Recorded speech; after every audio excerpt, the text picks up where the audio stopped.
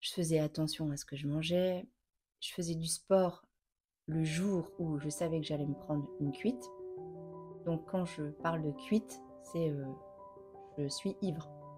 Alors c'est péjoratif, mais je vais le dire comme ça parce que c'était ça en fait. Ce qui m'importait, c'était aussi de me bourrer la gueule en fait. C'est aussi péjoratif, mais c'est la réalité. Je me considérais et je me considère aujourd'hui comme avoir été une alcoolique mondaine où je ne pouvais pas dire non. Je ne pouvais pas dire non à un verre parce que moi ce que j'aimais c'était l'ivresse, donc je ne pouvais pas me contenter que d'un seul verre. Il m'en fallait 5, 6 et que je sente ce moment de rupture physique où mon corps lâche, où mes neurones basculent. Alors c'est horrible ce que je dis parce que quand je m'entends parler, aujourd'hui là, je ne pourrais absolument plus me faire subir ça. C'est-à-dire avoir la perte de contrôle, je ne pourrais plus parce qu'aujourd'hui je suis dans, enfin, j'aime aussi avoir le contrôle de mon corps et qu'une substance comme ça me rende comme cela, non, c'est pas possible. Mais en tout cas, moi, j'ai kiffé grave, donc je peux pas renier. Je peux pas renier toutes ces années où je me suis bourré la gueule, où j'ai pris du plaisir, où j'ai cru que c'était super bon pour moi. Enfin, c'était un mensonge. Mais en tout cas, j'ai commencé à boire à l'âge de 17 ans. Donc, et dès ma première cuite, j'ai senti que j'aimais ça.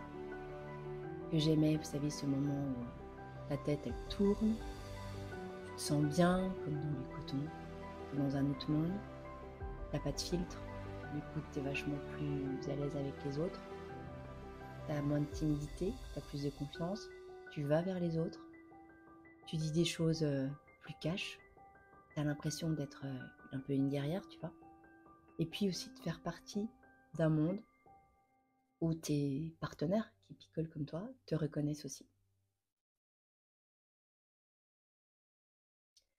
Donc moi, boire pour le plaisir, ça n'a jamais été mon truc.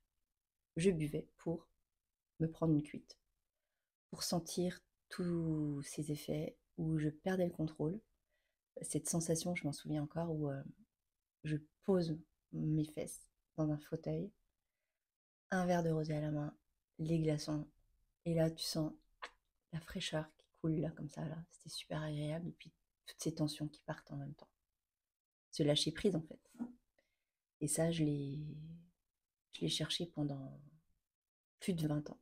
Et je me dis que c'est terrible finalement d'avoir été comme cela. Il m'a fallu cette soirée de trop, en plus, où j'ai vraiment touché le fond. Quand je me suis levée ce matin-là, je me suis dit, Steph, t'as vraiment touché le fond.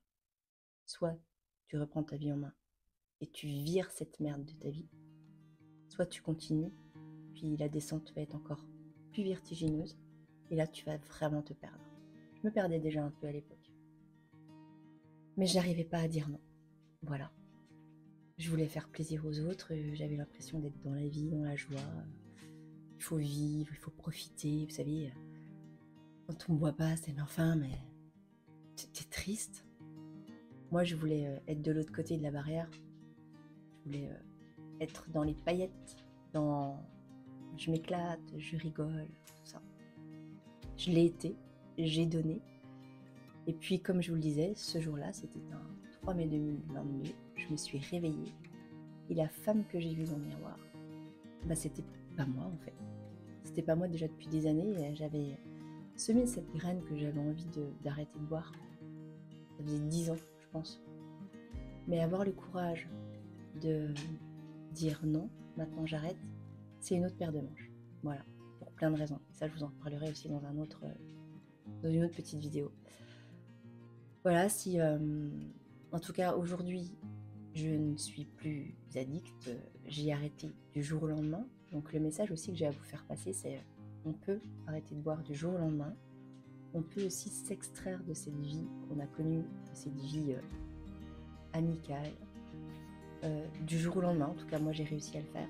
Alors, je ne vous dis pas que ça a été super facile, mais en tout cas, je me suis priorisée et je me suis dit que c'était déjà moi et les autres après. Voilà, mon bien-être avant tout et le bien-être des autres ensuite. Et puis aussi montrer le chemin, montrer que c'est possible, on peut arrêter de boire que c'est pas une fatalité et qu'au contraire, c'est le chemin vers une transformation individuelle et personnelle, et surtout du cœur, où moi, je suis arrivée vraiment à me reconnecter à mes valeurs et à suivre vraiment ce qui me tient, ce qui me semble bon pour moi, et ne plus être à côté de moi et faire des choses qui ne sont pas en accord avec moi. Voilà. Donc ce petit témoignage, c'est absolument pas, comment dire, je ne porte pas de jugement si vous buvez. Moi, je l'ai fait, j'ai kiffé, j'ai vraiment beaucoup bu. Je peux vous dire que j'ai énormément bu. J'ai bu pour toute une vie, je pense. Et vous, quel rapport à l'alcool vous avez? Je serais très curieuse de savoir si vous aimez boire, si vous êtes plus en plaisir, si c'est plus pour l'ivresse. Je pense que c'est voilà. Et puis à quel moment aussi il n'y a plus de plaisir et qu'on passe du plaisir à la souffrance. Personnellement, je pense que, j'en parlais avec une amie, je pense que c'est à partir du moment où c'est les habitudes qui prennent dessus. Et une habitude avec l'alcool, c'est quand même pas... Maintenant, pour moi, je vois l'alcool comme un poison. Donc, ne serait-ce que boire une gorgée de ce poison et que cet alcool aille dans mon corps, je dis non. Non, je ne peux pas. Voilà. Voilà, je me suis encore un petit peu confiée plus sur la manière dont je consommais.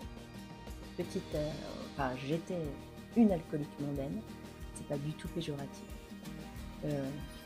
C'est aussi la vie, c'est la réalité. Alors je voulais ouvrir ce chemin en fait. Pourquoi pas peut-être aussi délier les langues, parce que c'est un sujet tellement tabou dans notre société, on n'ose pas en parler. Donc si vous avez envie d'échanger avec moi, c'est vraiment... Moi je kiffe quoi, voilà.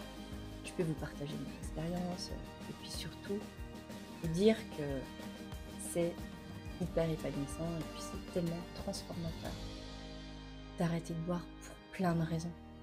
Pour la santé, le sommeil, la qualité de la peau, pour éviter aussi peut-être d'avoir un cancer, la forme physique, côté neurologique aussi, on n'en parle pas beaucoup. Il y a tellement de raisons pour arrêter. Et je suis tellement heureuse de l'avoir fait, vous ne pouvez pas savoir. Et maintenant, je sais que dans ma vie, j'ai plus de poison. Bon, il y en a forcément, mais en tout cas, j'ai éliminé les plus gros poisons de la société, la cigarette, l'alcool. Et puis en essayant de me consacrer à des pratiques saines, qui sont bonnes pour moi. Et c'est pour ça aussi que je vous en parle, pour peut-être semer des petites graines chez vous, comme ça, au passage. Voilà, c'était un petit témoignage. En attendant, n'hésitez pas à m'écrire en commentaire ce que vous avez pensé de cette vidéo. Peut-être à la partager à quelqu'un qui pourrait l'écouter, à qui ça pourrait faire du bien. Et puis si vous avez aimé cette vidéo, n'oubliez pas aussi de mettre un petit like, parce que c'est pas facile de parler face caméra comme ça de choses aussi personnelles. Et puis en même temps, voilà, c'est comme ça, et j'espère échanger avec vous tout prochainement. Et en attendant, je vous souhaite une belle journée et je vous dis à très vite.